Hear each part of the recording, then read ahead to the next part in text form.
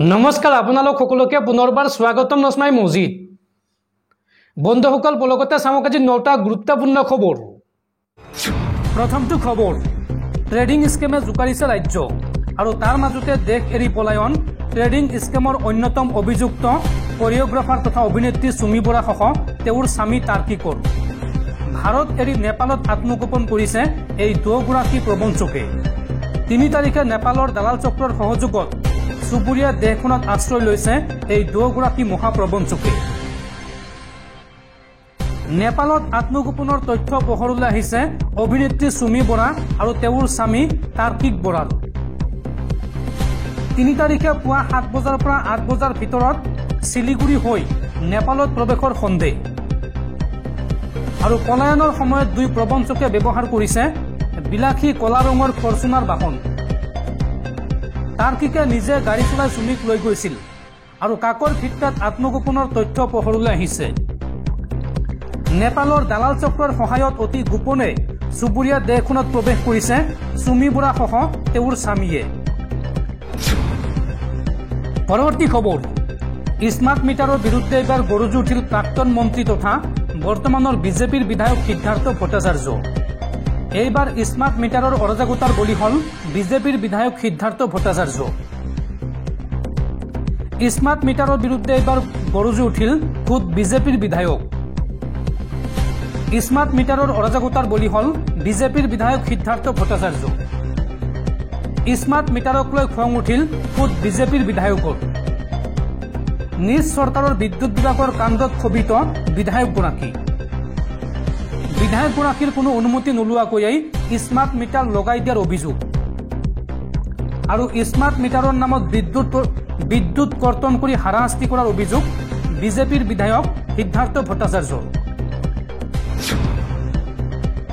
পৰৱৰ্তী খবৰ সদৌখন ছাত্ৰ সন্থাৰ সাধাৰণ সম্পাদক শংকৰজ্যোতি বৰুৱাৰ বিৰুদ্ধে এগৰাকী যুৱতীয়ে উত্থাপন কৰিছিল ভয়ংকৰ অভিযোগ। প্ৰেম প্ৰতাৰণা আৰু মানসিক অত্যাচাৰৰ অভিযোগ উত্থাপন কৰিছিল এগৰাকী যুৱতীয়ে আৰু এই সন্দৰ্ভত এইবাৰ মুখ খুলিছে আছুৰ সাধাৰণ সম্পাদক শংকৰজ্যোতি বৰুৱাই। সেই যুৱতীগৰাকীৰ সৈতে প্ৰেমৰ সম্পৰ্ক থকাটো সঁচা বুলি অকপট স্বীকাৰোক্তি আছুৰ সাধাৰণ সম্পাদক শংকৰজ্যোতি বৰুৱাৰ। যুৱতীৰে প্ৰতাৰণাৰ অভিযোগ সন্দৰ্ভত এইবাৰ মুখ খুলিলে আছুৰ সাধাৰণ সম্পাদক শংকৰজ্যোতি বৰুৱাই। যুৱতীগৰাকীৰ সৈতে প্ৰেমৰ সম্পৰ্ক থকাটো সঁচা এই কথা অকপট স্বীকাৰ কৰিছে আছুৰ সাধাৰণ সম্পাদক শংকৰজ্যোতি বৰুৱাই। শংকৰজ্যোতি বৰুৱাই লগতে মন্তব্য কৰি কয় যে প্ৰেমৰ সম্পৰ্কত থকাটো কোনো অপৰাধ নহয়। সেই সম্পৰ্কক মই আজিও শ্ৰদ্ধা কৰোঁ, কিন্তু যুৱতীগৰাকী আৰু মোৰ মাজত যোৱা 6 মাহ ধৰি কোনো সম্পৰ্ক নাছিল। যুৱতীগৰাকীয়ে যিবোৰ অভিযোগ আনিছে সেই অভিযোগক লৈ মই চিন্তিত। যুৱতীগৰাকীৰ যিবোৰ অভিযোগ সেইবোৰ অভিযোগ প্ৰমাণিত হোৱা নাই। প্ৰেম মানে বিশ্বাস আৰু প্ৰেমত বিচ্ছেদ থাকিব পাৰে। শংকৰজ্যোতি বৰুৱা আছুৰ সাধাৰণ সম্পাদক নোহোৱা হলে এইবোৰ অভিযোগ নাহিল হয়। মই আইনৰ ওচৰত গৈছো, আইনে ৰায় দিব। বিপদ আহিছে আৰু সেই বিপদ মই মূৰ পাতি লৈছো। যুৱতীগৰাকী অভিযোগ কৰি কৈছে মই 31 মেত পিষ্টল উলিয়াই গুলিয়াবলৈ লৈছিলো। তেন্তে সেইদিনা আৰক্ষীৰ ওচৰলৈ কিয় যোৱা নাছিল এই যুৱতীগৰাকী? আৰু আছুৰ মজিয়াত মই থাকিম নে নাথাকিম সেয়া আছুৱে সিদ্ধান্ত ল'ব। যুৱতীগৰাকীৰ অভিযোগ সন্দৰ্ভত আজি সংবাদ মাধ্যমৰ আগত এই মন্তব্য কৰিছে আছুৰ সাধাৰণ সম্পাদক শংকৰজ্যোতি বৰুৱাই। দৰ্শকসকল আৰু বহুতো গুৰুত্বপূৰ্ণ খবৰ আছে। তাৰ আগতে আপোনাক জনাও যে যদি আপুনি এতিয়ালৈকে এইটো ভিডিঅ'ত লাইক কৰা নাই তেন্তে এতিয়াই ভিডিঅ'টোত লাইক কৰি দিয়ক আৰু এনেকুৱা ধৰণৰ ভিডিঅ'সমূহ নিতৌ চাবলৈ চেনেলটো ছাবস্ক্ৰাইব কৰি কাষত থকা বেল আইকনটো প্ৰেছ কৰি ৰাখক। পৰৱৰ্তী খবৰ তৃতীয় আৰু চতুৰ্থ বৰ্গৰ পৰীক্ষাৰ্থীৰ বাবে ডাঙৰ খবৰ। পৰীক্ষাৰ্থীসকলক লৈ জাৰি কৰা হৈছে জৰুৰী নিৰ্দেশনা। তৃতীয় আৰু চতুৰ্থ বৰ্গৰ পৰীক্ষাক লৈ আহি গ'ল ডাঙৰ নিৰ্দেশনা। আৰক্ষী আয়ুক্তৰ পৰা জাৰি কৰা হৈছে কেইবাটাও নিৰ্দেশনা। 15 আৰু 29 ছেপ্টেম্বৰত ৰাজ্যত অনুষ্ঠিত হ'ব তৃতীয় আৰু চতুৰ্থ বৰ্গৰ পৰীক্ষা। আনহাতে 27 অক্টোবৰত অনুষ্ঠিত হ'ব তৃতীয়টো পৰীক্ষা। পৰীক্ষা সম্পূৰ্ণ স্বচ্ছ আৰু নিকা কৰিবলৈ জাৰি কৰা হৈছে 163 ধাৰা। পৰীক্ষা হলত কোনো ধৰণৰ অনৈতিক কাৰ্য অৱলম্বন কৰিব নোৱাৰিব পৰীক্ষাৰ্থীসকলে। পৰীক্ষাৰ্থীসকলে কেৱল মাত্ৰ প্ৰৱেশ পত্ৰহে লগত আনিব পাৰিব। পৰীক্ষা হলৰ চৌহদত কোনো অকৰ্তৃত্বশীল ব্যক্তি সোমাব নোৱাৰিব। আৰক্ষী প্ৰশাসনৰ তৰফৰ পৰা জাৰি কৰা হৈছে এই নিৰ্দেশনা। আৰু লগতে সামাজিক মাধ্যম ফেচবুক, টুইটাৰ, হোৱাটছএপত পৰীক্ষা সম্বন্ধীয় কোনো তথ্য আদান প্ৰদান কৰিব নোৱাৰিব।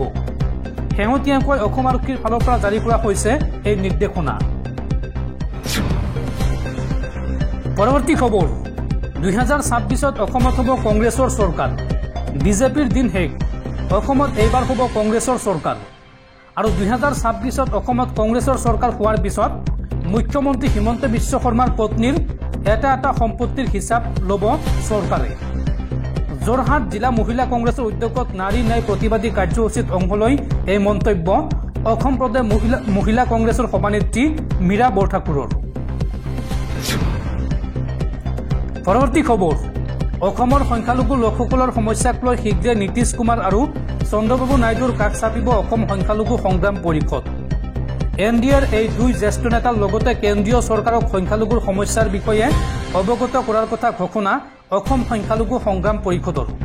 উল্লেখযোগ্য যে অসমত বৰ্তমান বিপদত আছে সংখ্যালঘু লোকসকল, বিভিন্ন সমস্যাৰে জৰ্জৰিত সংখ্যালঘু লোকসকল। আৰু সংখ্যালঘু লোকসকলৰ সমস্যাৰ বিষয়ে এইবাৰ অৱগত কৰিব NDAৰ অন্যতম অংশীদাৰ নীতিশ কুমাৰ আৰু চন্দ্ৰবাবু নাইডুক। আৰু এই দুই নেতাৰ লগতে কেন্দ্ৰীয় চৰকাৰকো এই সমস্যাসমূহৰ বিষয়ে অৱগত কৰিব অসম সংখ্যালঘু সংগ্ৰাম পৰিষদে। পৰৱৰ্তী খবৰ, ৰাজ্য কঁপাই যোৱা ট্ৰেডিং স্কেমক লৈ পুনৰ আহিছে ডাঙৰ আপডেট। মহাপ্ৰবঞ্চক বিশাল ফুকনৰ 18টাকৈ বেংক একাউণ্ট বাজেয়াপ্ত কৰিছে অসম আৰক্ষীয়ে। লগতে বাজেয়াপ্ত কৰা হৈছে বিশালৰ সকলো সা সম্পত্তি। ডিব্ৰুগড় আৰক্ষীয়ে বাজেয়াপ্ত কৰিছে সা সম্পত্তি। সংবাদমেল যোগে এই কথা জনালে ডিব্ৰুগড়ৰ আৰক্ষী অধীক্ষকে। আৰু বিশাল চুমিৰ পৰিয়ালৰ লোককো সোধা পোছা কৰিছে আৰক্ষীয়ে। আৰু এইবাৰ আৰক্ষীৰ তালিকাত নাম আছে বহু চিকিৎসক, শিল্পী আৰু ইউটিউবাৰৰ। প্ৰায় 15গৰাকী সাক্ষীৰ ভাষ্য গ্ৰহণ কৰিছে ইতিমধ্যে ডিব্ৰুগড় আৰক্ষীয়ে। আৰু বহিৰ্ৰাজ্যৰ আৰক্ষীৰ লগতো এই সন্দৰ্ভত যোগাযোগ কৰিছে আৰক্ষীয়ে। আজি সংবাদমেল সম্বোধন কৰি এই কথা জনালে ডিব্ৰুগড়ৰ আৰক্ষী অধীক্ষকে। পৰৱৰ্তী খবৰ, টোলগেট নিৰ্মাণ কৰি দেশৰ সাধাৰণ জনতাক মাধমাৰ সোধাইছে কেন্দ্ৰীয় চৰকাৰে। পথ নিৰ্মাণৰ ব্যয়তকৈ 4 গুণ অধিক টোল টেক্স সংগ্ৰহ চৰকাৰৰ। ৰাষ্ট্ৰীয় ঘাইপথ নিৰ্মাণত ব্যয় হৈছে 1896 কোটি টকা। আৰু সেই পথটোত টোল টেক্স সংগ্ৰহ কৰিছে 8349 কোটি টকা। গুৰুগ্ৰাম, কটপুতলি আৰু জয়পুৰ সংযোগী 8 নং ৰাষ্ট্ৰীয় ঘাইপথৰ এই তথ্য ফাদিল হৈছে RTI উত্তৰত। পৰৱৰ্তী খবৰ, মুখ্যমন্ত্ৰী হিমন্ত বিশ্ব শৰ্মাৰ ঘৰৰ কাষেৰে গ'লে বিৰি বিৰি গোন্ধায়। মুখ্যমন্ত্ৰী হিমন্ত বিশ্ব শৰ্মাই অসমৰ জনতাক ঠগি আছে। মুখ্যমন্ত্ৰী হিমন্ত বিশ্ব শৰ্মাক পুনৰ তীব্ৰ সমালোচনা কংগ্ৰেছী সাংসদ ৰকিবুল হুছেইনৰ। মুখ্যমন্ত্ৰী হিমন্ত বিশ্ব শৰ্মাৰ ঘৰৰ কাষেৰে গ'লে বিৰি বিৰি গোন্ধায়, এই মন্তব্য ৰকিবুল হুছেইনৰ। ৰকিবুল হুছেইনে লগতে মন্তব্য কৰি কয় যে মুখ্যমন্ত্ৰী হিমন্ত বিশ্ব শৰ্মাই অসমৰ জনতাক ঠগি আছে। আৰু লগতে 6 জনগোষ্ঠীকো ঠগি আছে মুখ্যমন্ত্ৰী হিমন্ত বিশ্ব শৰ্মাই। টোপনি নাইকিয়া হৈছে মুখ্যমন্ত্ৰী হিমন্ত বিশ্ব শৰ্মাৰ। মুখ্যমন্ত্ৰী হিমন্ত বিশ্ব শৰ্মা দেখাত এটা, নেদেখাত আন এটা। মুখ্যমন্ত্ৰী হিমন্ত বিশ্ব শৰ্মাৰ ঘৰকেইটা কোনে বনাইছে, ঘাঁহখিনি কোনে লগাইছে, উত্তৰ দিয়ক। মুখ্যমন্ত্ৰী হিমন্ত বিশ্ব শৰ্মাক তীব্ৰ কটাক্ষ কৰি এই মন্তব্য সাংসদ ৰকিবুল হুছেইনৰ। পৰৱৰ্তী খবৰ, ৰাজ্যবাসীলৈ ভাল খবৰ। অক্টোবৰৰ পৰা ৰূপসী বিমানবন্দৰৰ পৰা পুনৰ উৰিব বিমান। আৰু এই সন্দৰ্ভত কেন্দ্ৰীয় চৰকাৰে দিলে সেউজ সংকেত। ৰূপসী বিমানবন্দৰৰ বাবে আহিছে এটা ভাল খবৰ। অহা অক্টোবৰ মাহৰ পৰাই ৰূপসী বিমানবন্দৰৰ পৰা পুনৰ উৰিব বিমান। কেন্দ্ৰীয় চৰকাৰৰ মন্ত্ৰী মুৰলীধৰ মহলে জনাইছে এই কথা। কোকৰাঝাৰৰ সাংসদ জয়ন্ত বসুমতাৰীয়ে সংসদৰ শূন্যকালীন অধিৱেশনত উত্থাপন কৰিছিল ৰূপসী বিমানবন্দৰৰ প্ৰসংগ। আৰু সেইমতে সাংসদ বসুমতাৰীলৈ এখন পত্ৰ প্ৰেৰণ কৰি অহা অক্টোবৰৰ পৰা এলায়েন্স এয়াৰ নামৰ সংস্থাই উৰণ 5.3ৰ অধীনত বিমান চলাচল কৰাব বুলি জনায় কেন্দ্ৰীয় চৰকাৰে। উল্লেখযোগ্য যে দ্বিতীয় বিশ্বযুদ্ধৰ সময়ত নিৰ্মাণ হোৱা এছিয়াৰ সৰ্ববৃহৎ ৰানৱে থকা ঐতিহাসিক ৰূপসী বিমানবন্দৰ দীৰ্ঘ 3টা দশক বন্ধ হৈ থকাৰ ফলত হাবি জংগল আৱৰি ধৰিছিল। 3টা দশক পিছত পুনৰ 2021 চনত প্ৰাণ পাই উঠে ৰূপসী বিমানবন্দৰ। কিন্তু মাত্ৰ 2.5 বছৰ পিছতে ফ্লাইবিট কোম্পানীয়ে 2023 চনৰ জুলাই মাহত বন্ধ কৰি দিছিল বিমানৰ চলাচল।